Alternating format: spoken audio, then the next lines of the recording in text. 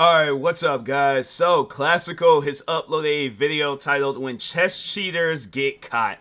I really don't know how you can cheat in chess. Like, it's one of those things, because fun fact about me, I used to play chess a lot when I was a kid. Like, now that was something where if, I don't even know why we were too, like, we were kids. But there would be days where we would just stay indoors and just be out there playing chess. Was I good at the game? Not really, but am I open to play it now? Yeah, I would. Chess is one of those games where I'm like, yeah, I would definitely I guess if there was like a celebrity, well, not a celebrity, but just over like a content creating like chess competition. Yeah, I would go. I'll do something. I'll do something related to it and things. But yeah, don't be expecting me to be like no master at the game and stuff. I was just out there just playing for the fun of it. But anyways, but yeah, it's like if it's a game where I gotta cheat, I'm like, bro, it's if it's something where it's like it's a like fun, like okay, like I'm not gonna get like banned from a competition, like yeah, it's like a playful, like okay, I know I'm losing the game, so I'm just gonna steal one of his pieces and things, like playfully cheating,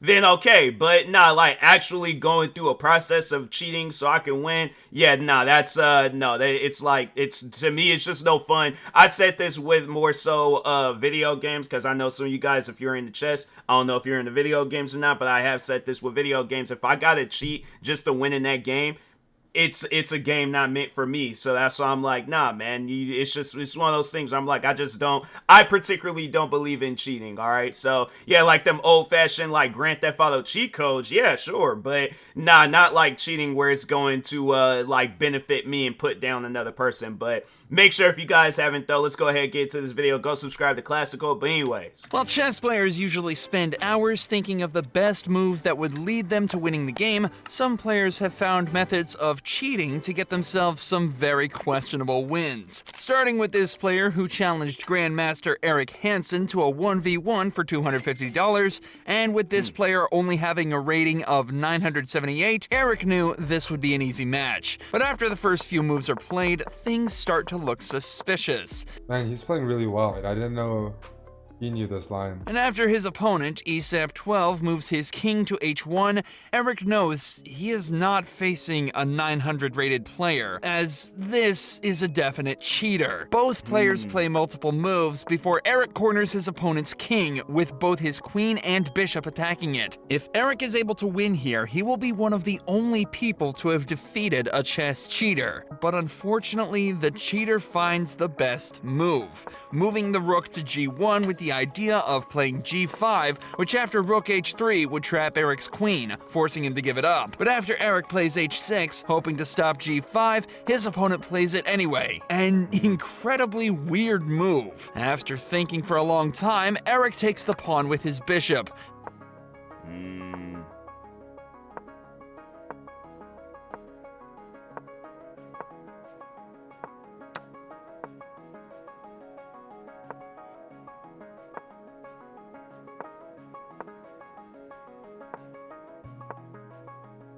After which, the cheater creates a huge attack, cornering Black's king in the sight of two rooks and a queen.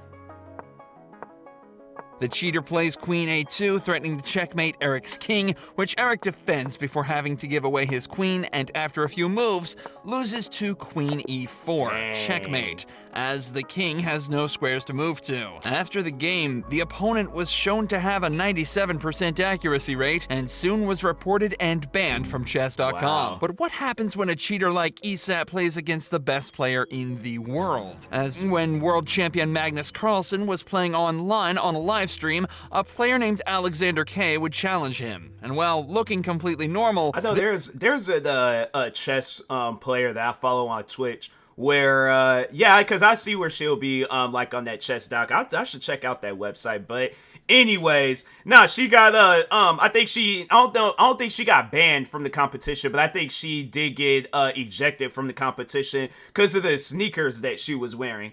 And that's what made me start paying attention to the chess scene when it came to content creating, because I'm like, whoa, wait a minute, time out. This girl got banned because of the sneakers that she was wearing. It wasn't even like, it was like, because I know people probably ask like, was it like, I guess like some cheating sneakers? Like she'll look at her sneakers and they might have like, I don't know, like not the answers, but like she got like some moves written down or something. No, it wasn't even that. Like I think it was just like some fashion designer sneakers, and I'm like, bro, really? I mean, I don't get that, but okay, I guess. I'm like, dang, I'm like, we need a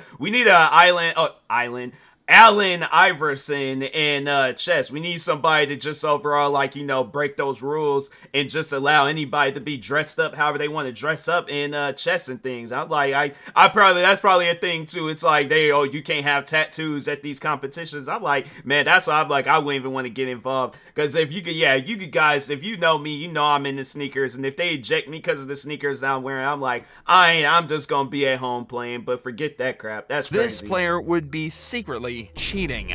Magnus starts the game by moving his knight to g3, which Alexander responds to by moving his pawn to f5.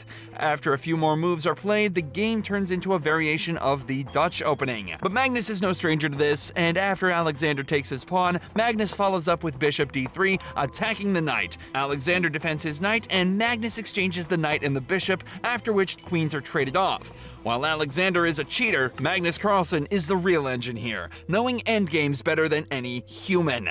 And with that, Magnus places knight to g5, threatening to fork the king and rook, a deadly attack. Alexander immediately blocks this threat by moving his king back. Both players continue to develop their pieces, and while the cheater has one extra pawn, Magnus can quickly win this back, which after a few more moves, he chooses to do, taking the pawn with his knight, giving Magnus a slightly better position than his opponent. Alexander, though, still has some more ideas up his sleeve and places rook to d8, asking to trade with Magnus. It is at this point, Magnus starts realizing how perfectly his opponent is playing, and so plays a more safe approach, moving his pawn to f3. Both players continue trying to slowly build an advantage against each other, and another set of pieces are traded off, bringing both players close to the end game. Magnus now also realizes he has some winning chances. Yeah, this guy is playing really well. But it quickly vanishes when the player moves his knight back, the best move, after which Magnus realizes he is likely playing a cheater. A pair of rooks are exchanged, both That's players— why I'm like, you gotta, I just feel like with stuff like this, you gotta like play it live, and you know, cause yeah, to me, it's just, I find that like, weird, where it's just, you know, you go onto this website just so you could cheat. And I'm like, nah, nah, test your skills. I'm like, meet me at this location so we can play face to face. And then like, it's on the board, it ain't no digital stuff, cause yeah, it's like anybody can cheat. It's just, to me, I just find that type of stuff crazy. It's like, fam, it doesn't matter what, if the thing is this, if there is a video game out there where you gotta go up against another person, there's gonna be cheaters, and that's just the messed up part about it. That's why, for the most part, I usually be playing single player games. So if I were to get into playing chess, I'll just play up against the computer, so I know I ain't gotta worry about playing against no people that's gonna be cheating and stuff. But unless it's like a friend of mine that I know that they don't cheat, then okay, cool. But yeah, other than that, I'm like, nah, I can't trust them randoms. Grind down into an extremely close endgame, but while Magnus has over a minute and 30 seconds, his opponent is running low on time. Alexander plays his knight to d4, which Magnus moves his king closer, giving a triple attack on the knight. Alexander defends this again though, and with no way to outplay each other, both players keep moving their pieces before Alexander's time ticks out, completely destroying his chances of beating the world champion. Alexander was later confirmed to have been using stockfish, meaning even the world-renowned chess bot could not defeat Magnus. Savage. But this next game, like he's one of those guys where I'm about like, nah, I can't. The actual person, not the one that was cheating, but the one that was good at the game. Yeah, he's one of those guys where I'm like, I wouldn't want to play up against him, because then I'll feel embarrassed that I'm like, hey, look, bro, I'm like, I'll slip you a 20. Just let me win this game or something. Like, sneeze and knock all the chess pieces or something. But I'm like, just let me win this game. Just let me take this accomplishment home, please. Would be much crazier, as during a charity event, world champion Viswanathan Anand would face a player cheating online. This was Nikhil Kamath, an Indian billionaire who became one of the richest men alive after founding the company Zerodha. And his next opponent would be Vishy Anand. Now, Nikhil has an online rating of 400, meaning that statistically, his chance of beating Vishy is non-existent. But as both players keep moving, it becomes obvious. Nikhil is a lot better than everyone would have thought. However, things start to look suspicious as, on Nikhil's webcam, he seems to keep looking at something on the side, which is a clear sign that he may be cheating. Still, It's like, at least be discreet with it if you are gonna. My thing is this.